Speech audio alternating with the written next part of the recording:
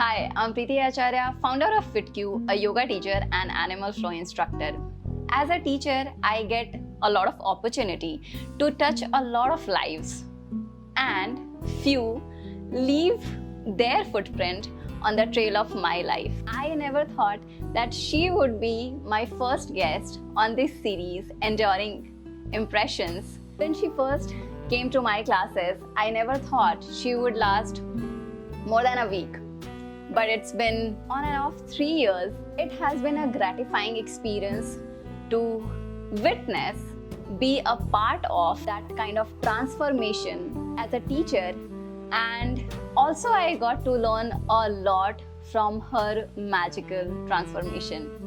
We have Amrita Bokey here, who did her BBA from Symbiosis and pivoted her career path and took hair and makeup from London. She ran her salon for 15 years and now she chooses to be a freelancer makeup artist. She has been on and off with yoga since a very long time, but started practicing very seriously since 2021. And we'll get to know a lot more about her journey in this conversation. Welcome, Amrita. Thank you so much, Preeti. How Thank you are for kind words. I am very well, thank you. How are you? I'm very well. These days, the kind of trend is nobody starts exercising or take on something as serious, as deep as yoga until unless doctors prescribe them to. So what made you to embark on this journey?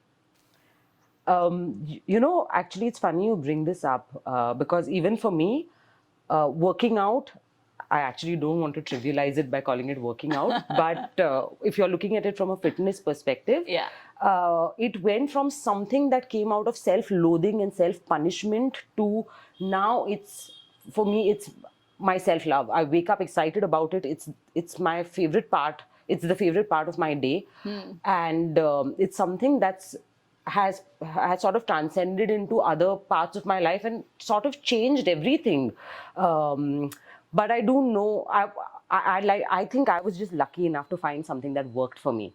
And But was that there a trigger that, one day you decided that, okay, now I want to practice yoga? Yes, I'll tell you what happened. So this was in June 2021. It was the day after my birthday. Okay. And I'd had a party the previous day. I was hungover. That post-alcohol anxiety had kicked in, and I was just sitting alone in my balcony and feeling like, oh, you know what, my life and this and that, what have I done? It's in the same place for so many years. Nothing's changing.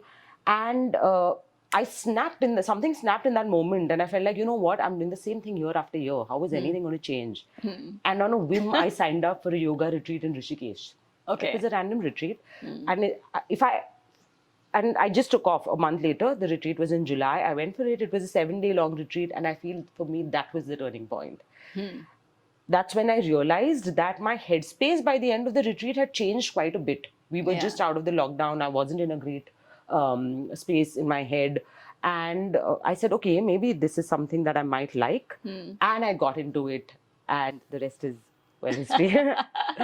So when you were starting this journey, what was the most difficult thing of your yoga or what fitness journey? For me, the most difficult thing was finding a great teacher. And I really looked, because I didn't want somebody who's just giving me a set of instructions. I wanted a teacher who sort of aligns with my, who resonates with my sort of, what I was looking for, or whose goals align with mine, who offers more to me than just, set of instructions. A set of fitness-related instructions. So I've really looked far and wide. Having said that, I've been fortunate enough to have met some amazing teachers, and but that has been quite a challenge. And I feel like each teacher brings so much. There's so much to learn from each teacher, and each teacher brings so much. But that has been quite a challenge. I totally resonate with you because I'm also somebody who is choosy not only in terms of my teachers, but in terms of my students also. I know. So I feel very lucky and privileged, I have to say that. No. I mean, of course, being in this industry, everybody is welcome, and I do like to have that non-judgmental space open for everyone.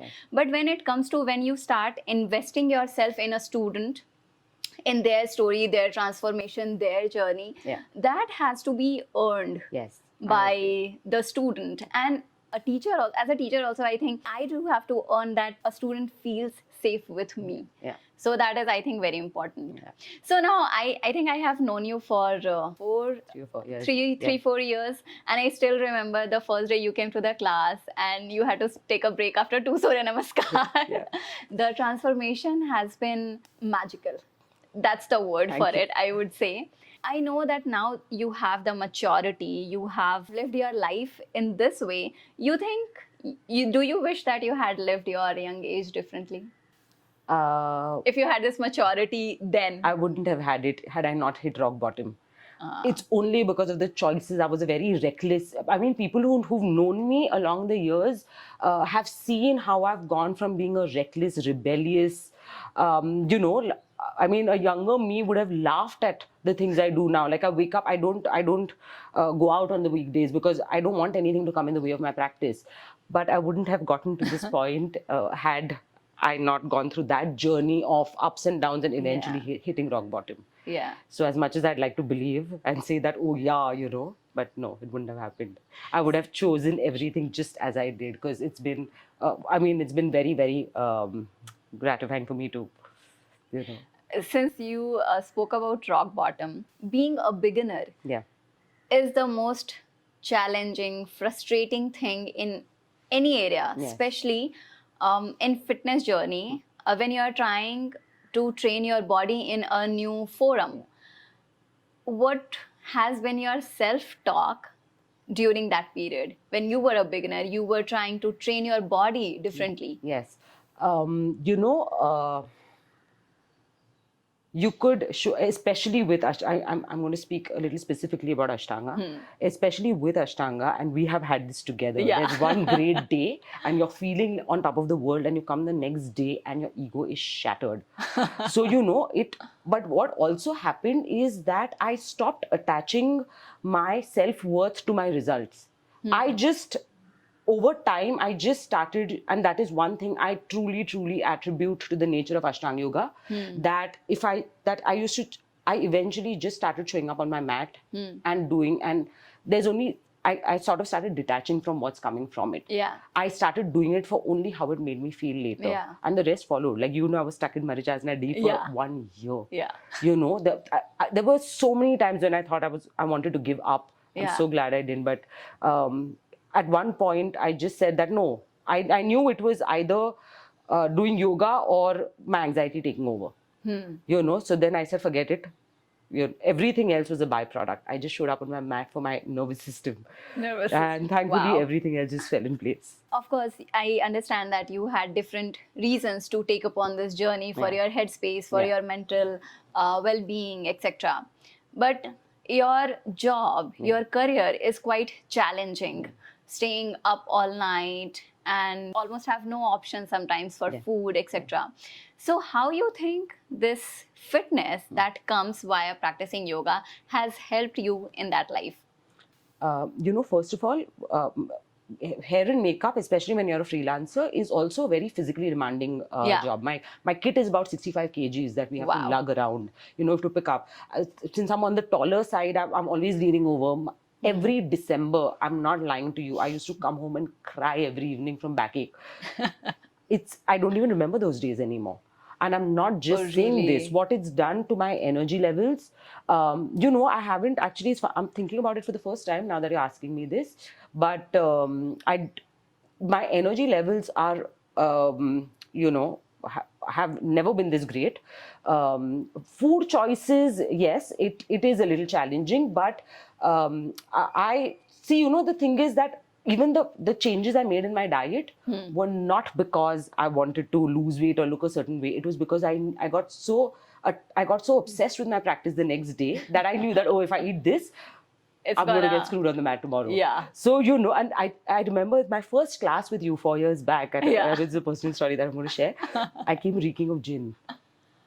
Do you Oh remember? my- I don't know. oh, yeah. And you said you had a late night, and I looked very sheepishly. I said, yeah. And you said, she said, you'll modify your lifestyle. That's all you said. And I was like, yeah, right. She doesn't know me. Here we are 4 years later. Doing this podcast. Yes, oh I my know, I know. God. So now, all of that didn't happen. So that's what I'm saying. It didn't come from a place of punishment, self-punishment. It came from a place of respecting myself more and, doing this for myself. Because Yeah. my practice now for me, or like my journey, is so personal. And it's something that I really, really value, that I'm not going to let some trivial meal or like a trivial night out mess with that. Yeah. I've learned to love and respect myself a lot more and believe that I deserve better than this. My energy levels have never been this great, number one. Number two, number three, it's also made me really patient and calm. Yeah, I cannot yeah. like disagree. Yeah. You need a lot of patience to do those small brushes. And handling people also, I especially if some people are born with patience and calm demeanor. I'm not one of them. For me, I think it came with my yoga journey, to be very honest. And although it made me like this, made me almost kind of regimental with my own discipline and things like that, it also somehow made me a lot more compassionate as a person, because this was a combination of actually my work, and because you start seeing other people's struggles also, you're easier on yourself also, because there are days when you're really trying and you have to accept that my body is not, it's not happening today, and you have to let it go. You have to be, it's also taught me to be kind to myself and eventually to other people. So that actually, now that you are talking about it, I just thought of this thing. You being a makeup artist, you must be dealing with a lot of insecurities, seeking validation, and other emotional challenges. Do you think yoga and this whole thing has helped you being more empathetic, compassionate, and being in a non-judgmental space for people? Oh, for sure. One of the first things, and I was not a very confident. There was a big farce of overconfidence. There was a big, a sort of bubble of overconfidence. But deep inside, I wasn't a very confident person. What I realized when I started working so closely with other people, and it's a very personal space. Yeah. Like yours. Yeah. Because people come and sit in your chair, and generally the first thing they start talking about is what has gone wrong. Yeah. I don't like my hair, I'm not feeling great. Yeah. And I was quite young at that point, and I used to feel very drained out at the end of the day, saying, I don't want to know. But over time I realized that's like when I look at your face, I can just see really pretty eyes. Or, I can see great skin. But so when I look at a face, the first thing I spot is beauty. Our eyes are trained to see that. And I'm like, it's so sad that this person can't see it. Can't see it. And that actually helped me build my own confidence, because I realized that only I'm self-critical. Other people are not criticizing me. And that's when I realized how empowering this profession was, that you have the power to point that out to people. And and I also felt that, sort of with yoga. But, so that, I lost my train of thought. But Great. So I know that how yoga has helped you, but every profession, especially your profession, it's quite demanding. Do you think striking balance is a tough job? Very honestly, I shut my salon down in the lockdown. I don't think I would have taken up the journey had I still had the salon. I mean, I wish I could have said that, oh no, I would have woken up at 4 a.m. and still done it. No, because at that time I wasn't that driven. At this point, I would do it. So striking a balance between work and this thing is difficult. Work and your fitness, especially if you're so invested in it. If you're treating it like 1 hour of acha theek hai, gym jaake I want to come back, that's different. But now everything around my life is sort of centered around that. My meal choices, the time I sleep, everything. You're socializing. My socializing, my interactions have changed. It's become a little easier because of, if I'm being very honest. But having said that, I'm so glad things panned out the way they did. Since you are in this beauty and fashion, this whole fraternity, I want to know that there is a lot of negative talk on social media about wanting to look good or just pursuing fitness because they want to look good. What is your take on that? Oh, why not? If that's your driving factor, it's better than saying that, oh, I'm not superficial, so I'll sit at home and wait for my next heart attack. Sorry, I don't want to say it like that because I don't want to sound like not.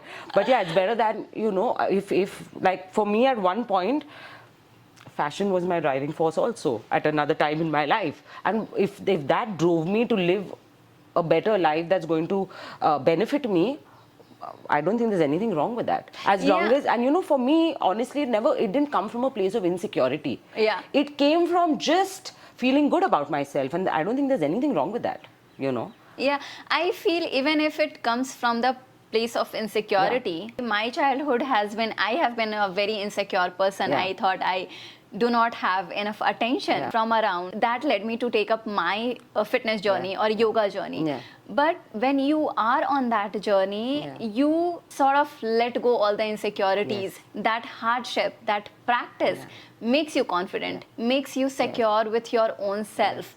But having said that, I wanted to be a model. Yeah. And I think I have said that enough on social media, and I would still go by this. I started with that intention, and even now, one of my factors, yes, strength, mobility, I want my movements to look like poetry, but at the same time, I want to have a good body, which the aesthetics that I define. And I feel there is nothing wrong in it. And it's from a place of authenticity. I genuinely feel that there is nothing wrong, but there is a lot of negative talks, and even about your industry. I cannot thank you enough for making time for this. I just have this last thing for you. Do you have some message for people who has either just taken up on this journey or thinking whether or not to start? Yeah, I think just take the first step. Your body, mind, and soul will thank you. Do it as a test. Just don't do it because anybody else is saying it. Give it 3 months, and it'll change your life. It'll change mine. I cannot tell you how much I loved the conversation, you opening up. Thank you so much for thinking. I know you're not an easy teacher to please, and I know you have a mean way of keeping egos in check also. Thank you for thinking I was worth this. This really means a lot. This is a huge. This meant a lot for me. It taught me a lot. Your journey has been a magical experience for me. And that means a lot. Not easy to win her praises. I can tell you that. It's like. And on that note, I really want to gift you this. Oh, thank you.